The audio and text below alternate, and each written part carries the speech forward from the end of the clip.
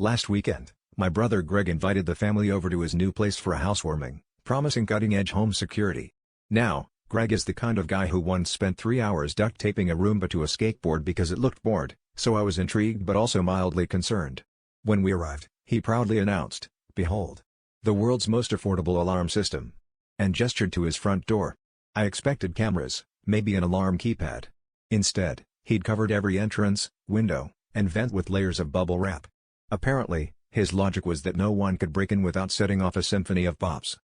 Things were going about as well as you'd expect. My mom was cautiously tiptoeing, my dad was poking at the wrap like it was an alien artifact, and Greg was giving us a demonstration by popping a sheet and imitating a siren. His cat, Chairman Meow, was not impressed and spent the first hour glaring at the noise. Eventually, the cat made his move. With the agility of a tiny, furry ninja, he launched himself at the living room window and landed squarely in the middle of the bubble wrap barrier. What followed was less of an alarm and more of a cacophony. The sound was so loud and sudden, I'm pretty sure the neighbors thought we'd set off a car backfiring indoors. The popping echoed through the house, my mom screamed, Greg tried to wrangle the cat, who was now having the time of his life, and my dad muttered something about the great bubble wrap disaster of '24. But then the real excitement started. The neighbors must have called it in, because suddenly there were flashing lights outside.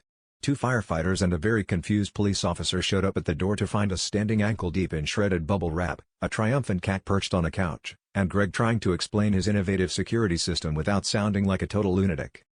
After a thorough investigation, and one firefighter getting ambushed by a stray sheet of wrap, they determined that the only thing in danger was our dignity. The officer tried to keep a straight face as he gave Greg some friendly advice. Next time, if you want a pop-up security system, maybe stick to one with fewer airbags.